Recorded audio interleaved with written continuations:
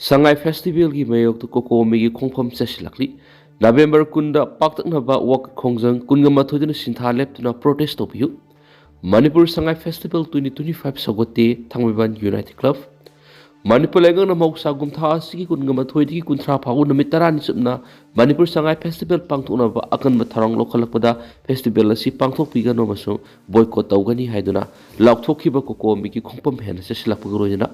Festival haugadaba nomu watlingaida tha asigi kunna changsingadaba paktaknaba wakat khongjangda miyam khupna saruk yamina semasum festival hauba numit November kunga mathoidana makhatana yaningdaba utpa oina miyamna sintha leptuna lekai lekai da club amadi maira paibi sing punsin biraga paktaknana wakat khongjang changsin biu haina paumi sing gi kuthangna apil tokre ngaranung thil lamphel da leiba Kokomi gi mayai loisangda IDP singa punna pangthokpa paugi mifam amada Haibu wafam isik miyam gi lup asigi coordinator Khuraizam athobana phongdokladuna miyam da appeal tawkhibani pangna hai tha asigi kunga mathoidi gi haugadoriba Manipur Sangai Festival sida miyam yaudi lenga khakisinba festival ni habadu malem gi miyam na khanganaba Manipur miyam na numit asida sintha leptuna wakat khongjang junction biu haukhiba numit kharani sida Manipur sai ani makha hena awamai sakya khangduna masagi maramdamda refugee amu oina tumpham chafam khangdana sufam dompham khandana maithakta ngauraga leiriba miyam asibu karimata thausadana miyamgi aningba apambagi mayokta Manipur gi PR Leingakna state asigi miyamgi thajabagi wangmada mapung phana miyamda mangjongna karimata laukthokna festival asi pangthoklagani haina thaurang torakpa ubadigi lanjena duna tongan tongan relief camp de leirakliba IDP singna penabagi khulaw kya ama khungdoknarapa leikhe Manipur miyamgi aningba apambagi mayokta lei thaurang amani khanjabadagi Sangai Festival asi Kokomina boycott tawjakhe boycott tawna haujiksu state Leingakna Sangai Festival pangthoknaba thaurang sing tawksilakpa leptaba sina miyamda hena khoirang khoisawnaba madi miyamga samnadraba administration amagumna thabak torakpa asina atukimatik miyamda penaba ama leiri tha asigi kunda IDP isin inaw singi apunba committee mass sit and protest tawgani haina lakthorakhiba du Kokomina miyamgi mihut silaga sagoli miyam sa saruk yabiyo aikoi khudimak saruk yaduna satliba sai English singani ga kunga manga gi pangthokadoriba festival si miyamgi damakta sinba festival ati miyamga samnati Leingak khaki sinjaba festival ni haibigi paujel ama tha sigi kunta pigani numit asida pakthakna sit and protest pangthoktuna miyam khumna saruk yamina saiki Festival haugadaba numit tha asigi kunga mathoidasu makhatana yaningdaba utpoina miyamda sinthaleptuna lekai club amadi maira paibi sing punsin biraga hadak sahigi Sangai Festival aikoi yauroi aikoi gi saruk yaudi aikoi gi hingbagi hak phangningai de Sangai Festival tobagi maram leiti heba wahi sing iba banner masum placard sisin dabiduna pakna wakat khongjang sanction biwaiki mahangna makhatana hai miyamgi aningba masum apamba sigi mayokta thabak paikhalakpagi mahutta tourism festival do oina pungning singsilakpa sigumba thawong asi yamna maram sadaba mathongukta bahu thangni maram asina tha asigi kunga mathoida lamdam asigi laikai khudingda mass sit and protest tawduna Sangai Festival miyam yaudi amasum Leingak khakisinba festival ni habadu malemgi miyamna khangan saiki kariguma malemgi miyamna khangal hawdaba tarabadi maithakta ngauraba masagi maramda refugee oina leiraba phawda Harau kumai da songsilaga yawba furubni haina malemda leiriba miyoi amatana usitkiroi masi Kokomi amadi IDP singkhaktagi atatainati mipum khudimaki Manipur masa ama oibigi khunai siki ikai khunaba ngaknaba ikai khunaba hanjilaknaba constitution na piriba haksing phangnaba lokhom thokpa thaudang naiki amaromda Thangmaiban United Club TUC gi Publicity Secretary Salam Singthang Khombagi Sirolamana Club asina Manipur Sangai Festival 2025 sagwati haina phongdorakli Seol sinhai me ahum English singani ga kunga homdoidigi Manipur da irang thoktuna lanjenaraga leiriba IDP singamadi masama gi lamda hanjinba ngamdana leiriba maraksida Manipur Leingak state asigi oiriba awaba phibam asigi marakta Sangai Festival 2025 pangthokpa haibasi Manipur gi miyambu apangba sibani haina phongdokhi Sangai Festival da miyam saruk yabiyu CS Manipur government sinduna November kunmathoidigi kunthra phabu pangthokadoriba Manipur Sangai Festival 2025 ta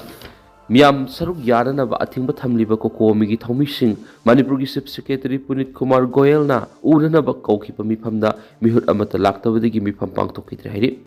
Chief Secretary Office ki Staff Officer na Kokomi ki convener iduna ngarang thakiba aiba chirol organization asiki thomi sing Chief Secretary ga loinana mifam pangthokna bagi damang ayuk pung 12 makhai thapa matamda CS ki office ta korki adomaina ma Kokomi ki thomi sing Chief Secretary na kaukiba mifam madura saruk yaki de hari amaromda Manipur government na sinduna November 18 digi 13 phawsa thagadoriba lamdam asigi mating lairaba heritage sing unaba pangthokadoriba asoba cultural amasum economic showcase tawgadoriba Manipur Sangai Festival da lamdam asigi miya mapung phan IDP singa laktuna saruk yabiyo haina Chief Secretary Punit Kumar Gohel na appeal tawkhre Chief Secretary na kuyek piduna press thadorakpa chirol manahai pangthokadoriba festival asi mai pangna pangthoknaba hotnabada miyam na mateng pangbiduna thorang sakotpiyo ki Sangai Festival asi isamjamba thoram ama khanati masi state asibu manglom na satpa yanaba akhoi punamaki apunba phireb aduni maram asina miyam na thoram asina saruk yaba haibasina state asi manglom na sangshinba matek oigadoribani amasum sermilon fagat hanba tourism sakot hanba nahasingi matik me hegat hanba basum fruit masil lungsi sanaba haibasida Manipur si sakot labida lakhanna bagi yana baru aiba pambai oigadoribani Sangai Festival na masigi pannamasida miyeng thamlaga Setmilon fagat hanba amasum apun bagi saktam sagatpada saungna mating oigadoribani lamda masigi citizen sing mapung oinai internally displaced person sing na haujik mayuknariba awaba masum mayuknariba khudongsa daba sing asi state government su khangi miyamgi awaba phibam asidagi ko hanba haibsina government asina ihan hana tawdaba yadaba thabak oina lawi amasum relief ka loinana tung koina khunda laita hanaba thawrang sing lokotlaga lairi haujik tha khudingi lupa crore taraga nipan IDP sing sien gi mating pangnabagi damak amasum relief camp sing manage tawnabagi damak phiri makata na lupa crore changwaga kungo humdoi India government na special relief package oina pirakhiba lairi senpham asigi manungdagi lupa crore chamaga marfu yung kai sanabagi damak khaktuna thamlabani amasum crore sariga yangkhaina IDP sing na sangjapam lawduna lairiba health center sing community hall sing water supply school na sing mafam sing asida pitari IDP singi relief amasum rehabilitation gi thaba asida ahanba miyeng sangboda ahanba miyeng thambaga loina Sangai Festival pangthokpa sisu lamdam asigi senthungi phibam phagat hanaba local artisans singi damak makhoi pothok sing yonanaba kaithel phanganaba amasum entrepreneurs craftsmen amasum lawmi sing lalon itik hengat hanaba Sangai Festival sisu pangthokta yadaba amane ki kapnabada Andhra Maoist taruk sadigasta masiri Andhra Pradesh ki Alori Sitaram Raju district ngarang thokiba security personnel singa nomai kapnabaki thawdo amada makok thongba commander hitma yauna Maoist taruk sikri haina police officer amana phongdokre laikhidraba Maoist singa dugi manungda hitma ge loinabi Rajeshu yauri haina makna phongdokli Alori Sitaram Raju gi superintendent of police Amit Barda na phongdokpagi matungina nomai kapnabagi thawdo du ngarang ayuk pung 3:30 taba district sigi Mare Domili Mandal da leiba forest area amada thokibani akaknaba pau phangbadagi security personnel singna area du operation sa tharingai da mawisina nomai kapsilaki haina phongtokladuna Barda na PTI da ki nomai kapsilakpadudagi security personnel singduna handuna kapnaki nakalani gi marakta kapnabaduda mawis taruk siki haina phongtokladuna mahaknai ki laikhidraba mawis singa dugi manungda nupi ani yauri haujiksu area tu makhatana operation sa thari haina SP na phongtoki official singdugi matungina laikhidraba mawis singa dugi manungda makok thongba commander amasu mahaki loinabi Raje yauri makhoi naiki Hitma lona thingma thamkhraba CPI mawis ki khwaidigi sakti laina laiba military performance oriba People's Liberation Guerrilla Army PLGA gi battalion number 1 sahi kyamuk lusingduna lakhibani matungda mahak mamangi sahida Central Committee gi member hapkhibani haina makoina phongdokli official singdur haiki mahak sadis ki senior congress lusingba kayamu hatkhiba English singani ga taranga hobdoigi Ziram Beli gi etek amasum CRP personal kungamari hatkiba English singani ga taraga threat ki burka pal gi embusiauna asoba etek kya amukta siena bamisangni amaramna sadisar ki suma district ta ngang thokiba security force economic ka na ki thawdo amada mawis ama sikre haina police officer amana phongdokre sukma gi superintendent of police Kiran Sawana PTI na phongdokpagi matuina security force na sathaba operation apagi manung nomai kapna pagi thaudo du ngarang ayuk district sigi Irborn Police Station ki manung sana laiba asukpa singa mad thokibani mafamda Maoist cadre sing laide have pau phangmadigi operation na satakhibani haina phongdokna du maknaiki haujik phawbud thawdok thokhamda dagi Maoist amagi asibak sang phangle haujik su area du da security personnel singna makhatana operation sathari haina su ASP na phongdokhi numaijing numita su Suma district ki Tezaji amasum Tinta Gupa Police Station ki marakta laiba asukpa singa mada security force singa nomai kapnabada Maoist ahum sikhibane police ki matungina ngarang khwaidagi nauna sikriba si tharga satliba sai asida sadiska ta thokiba nomai kapnabagi thawdok singa sikhiba Maoist masing sanigo humfugom de shuri Ccpur dagi Miyoi ahum heroin kg ama henbaga kona na phare security force nangrang Ccpur district ki likhai khul dagi district asigi singhat Khojing amasum bolzol dagi mathangsina David Sianwan lian sei kunga taru khamthang sei yankhaga taru amasum negau mang sei kunga humdoi kopa Miyoi ahum heroin powder kg 1.032 four-wheeler ama amasum two-wheeler ama ga kona na phare hari amaromda ngarang security force na nongaibunggi Kusum oil pump manaktagi Kokta Pangalam Khaidigi MD Azimuddin sei kungamari amasung Kokta Kaithildagi MD Equable sei kungani thoikawa Miyoi ani four-wheeler ama amasum heroin powder gram sahunga yankhai go humdoga point humfugo humdoga kona na su phare hari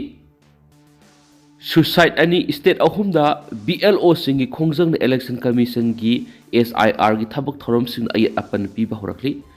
Kerala amati Rajasthan Miyoi ani suicide tawkiba West Bengal da brain stroke na maram oiraga Miyoi ama sikiba amasum tungan state ahumda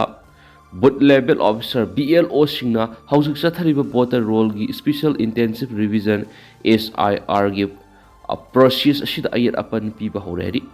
SIR gi process bu yaning da phongdokpa BLO singbu matam sangna thabak tohanba work pressure asuki matik lehenba amasum phangma ngamlaroi da target kya election commission thamlakpa na maram oiraga BLO singna khongjang section ba horkhibani